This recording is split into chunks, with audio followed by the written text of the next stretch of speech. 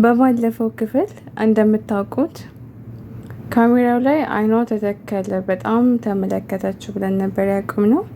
ሃይ ስኩል ልብ አንጠልጣይና እውነተኛ ታሪክ ጸሐፊ ፊደል ክፍል 12 አይኗ ተተክሎ ቀረ።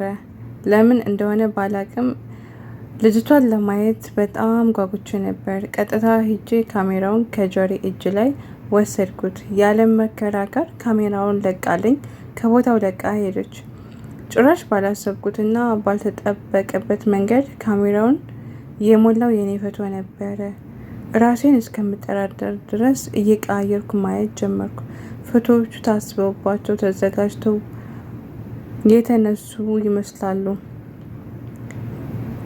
የሚገርመው ደግሞ ያን ያክል ቆንጆ ነኝ እንዴ ያስባለኝ ፎቶዎች አሉ። አብዛኛዎቹ ግን ላይብረሪ፣ ካፌ እና ቤተክርስቲያን ናቸው። የአመት ፎቶ ናቸው። ሁሉም አይቼ ጨረስኩኝ። ቀና ብዬ ምንድን ነው በሚል አስተያየት አየሁት። ምንድን ነው ቆንጅያዋ ብሎ ፍጥጥ ብሎ አየኝ። በሰዓቱ ካሜራውን ከስክሼ ብሰባብረው ደስ ይለኝ ነበር።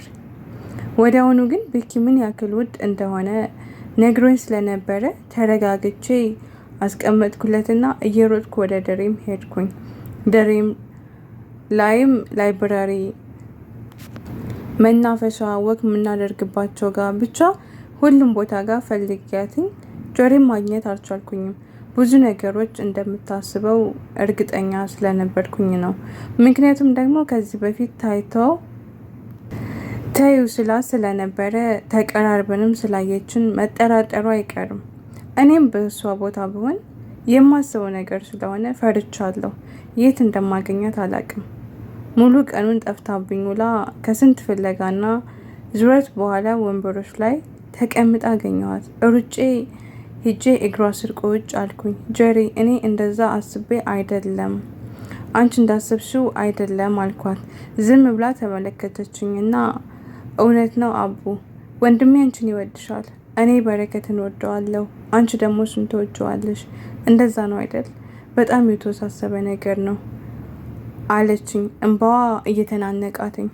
ከራሴ በተመክሮ መሰረት በረከትን እንደምትወደው ያስታውቅባታል። ግልጽ ነገር ነው የሚሆነው። ከጀሪ ጋር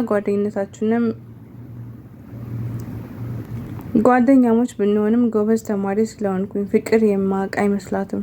ጠይቃኝ አታውቅም እንጂ በኪን ምን ያክል እንደምወደው ብታውቅ እንዲህ ባላለች ነበረ። በሰዓቱ ምን ብዬ ለሷ እንደማስረዳትኝ አላወኩም። ግራ የተጋባ ቃላቶች አንደበቴን ይዘውት ማውራት አቃተኝ። ዝምታዬ ደግሞ ሽንፈት መሰላት። ለሷ ልክ እንደሆነች ስላሰበች በረጅሙ ተነፈሰች። ከተቀመጠችበት ተነሳችና አታስቢ፣ ጓደኝነታችን አይፋቅም። የጎዳኝ ልብሽ እንጂ አንቺ አይደለሽም። ብድሬን በምመልስበት መንገድ መልሳለሁ፣ ለልብሽ እንጂ ለአንቺ አይደለም እሺ ብላ በከባዱ አስፈራርታኝ ሄደች። በሰዓቱ ተከትያትኝ ላብራራላትም አልፈለኩኝም። የተነሳችበት ቦታ ላይ ተክዤ ቁጭ ብዬ እያለ በረከት ከፊት ለፊቴ ቆሞ መልእክቱና ትርጉም ያልገባኝ የሆነ ቂናዊ አስተያየት አይቶኝ ሄደ። ከዛን ቀን በኋላ ጀሪን ብለምናት እንኳን አብራኝ ልትሆን አልቻለችም። እዩ እኔን መከተል፣ ጀሪ በረከትን መከተል፣ በረከት እኔን መከተል ተያይዘውታል። መጣን። በመጣ ቁጥር ከራሳችን እየደከምን እንደምንም እየተማርን ግማሽ ዓመት ሆነናል። የፋሲካ በዓል ደረሰ። ወደ ቤት መሄድ ባልፈልግም እዚሁ ሁኜ የተበረዘ ጭንቅላቴን ፈታ ለማድረግ ብዬ ወደ ቤት ለመሄድ ፍቃድ አጻፍኩኝ። ጀሪ ይቅር የማይባል ቂም ይዛብኛለች። ከሁሉም እየሸሸሁኝ የቀሩትን ቀናቶች አሳለፍኩኝና ወደ ቤት ለመሄድ እቃዬን ቆላልፌ የምፈልገውን ይዤ ወጣሁኝ። ቤት እስከደርስ በጣም ጓጉቼ ነበር። ከወራት በኋላ እናቴ ስለሆነ በጣም ደስ ብሎኛል። ብር ያን ያክል ስለማላጠፋ የላከችልኝ ብር ላይ አውጥቼ የሆነ ነገር ገዝቼ ይዤ ሄድኩኝ። ውስጥ እስከምገባ ቸኩያለሁኝ። እማዬ እያልኩኝ ወደ በር ስጠጋ በረከት ከፊት ለፊቴ ሲል እናቴና አለምዬ ከቤት ሲወጡ ውጥት ሲሉ ተገጣጠምን። አለምዬ እናቴ ብቸኝነት እንዳይሰማት ስለምታስብ ሁሌ እየመጣች አብራት እንደምትውል ሁሌ እናቴ ትነግረኛለች። ይኸው ዛሬም አብረው ናቸው።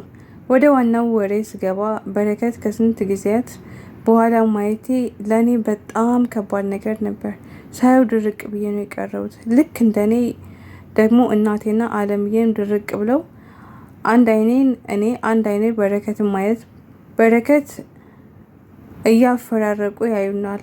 አለም ቀድማ ባነነችና ሩጣ ቢኪን አገላብጣ አቅፋ ሳመችውና ቀጥታ ወደ እኔ መእታ እንደ እናት ያለ ስስት ሳመችኝ። ቀጥላ እናቴም መእታ በየተራ ሳሙኝ። እኔ አይኔን ከበረከት ላይ መንቀል አልቻልኩም። እሱ ግን ደግሞ አይኑን ላለማየት መሬት ላይ ያያል። መሬት ላይ ተክሎታል። ጥፋተኝነቱን ማመን ለማሳየት እየሞከረ ይመስለኛል። መች ነው የመጣችሁት? ሁለታችሁም ሳትደውሉ መጣችሁ እኮ አለች አለምዬ ወደ ሁለታችንም እየተመለከተች። እኛ ላለመመለስ አቅም አልነበረንም። በዛን ሰዓት ትንሽ ቃል ማውጣት ለእኔ ከባድ ሆኖብኝ ነበር። እውነት ለመናገር በጣም ናፍቆኛል። እጅን እያስቆምኩት እንጂ የሆነ የማልጠግበው እሱ ውስጥ አንገቱ ላይ ለመግባት እየጓጓሁ ነበረ። አዎ በጣም ተናድጄበታለሁ። ግን እኔ ከሱ ይቅርታ የምትለውን 4 ፊደል ብሰማ ለማቀፍ ዝግጁ ሆኜ እየጠበኩት ነው። እናቴ በቢኪ በጣም ተናዳለች። ታውቃላችሁ እናት ለልጇ የምታስበው እናውቃለን፣ ፊቷም ይናገራል። ታዲያ ያ ጥላት ሳይሆን እንደ ማንኛውም እናት ለልጇ ስለምታስብ ነው።